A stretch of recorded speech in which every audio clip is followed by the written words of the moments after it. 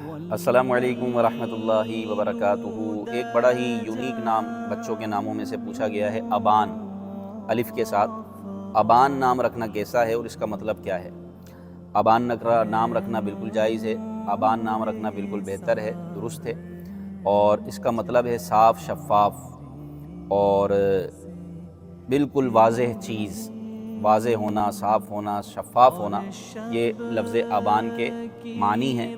اور معنی کے اعتبار سے نام رکھنا بہتر ہے، اور اس کے بہتر ہونے کی صورت دوسری یہ بھی ہے کہ صحابہ کرام علیہم الرضوان کے ناموں میں سے یہ ایک نام ہے، یعنی صحابہ کرام کے نام بھی ابان ہوئے۔ تو نبی پاک صلی اللہ علیہ وسلم کے پیارے صحابہ کے ناموں میں ایک نام ابان بھی تھا، تو اس کی مناسبت سے ان سے نسبت رکھتے ہوئے بچوں کا نام ابان رکھنا یہ بہتر ہے، معنی کے اعتبار سے بھی اور صحابہ کرام علیہم الرضوان کی نسبت کے اعتبار سے بھی، لہذا نام رکھنا بالکل جائز ہے اور بہتر ہے۔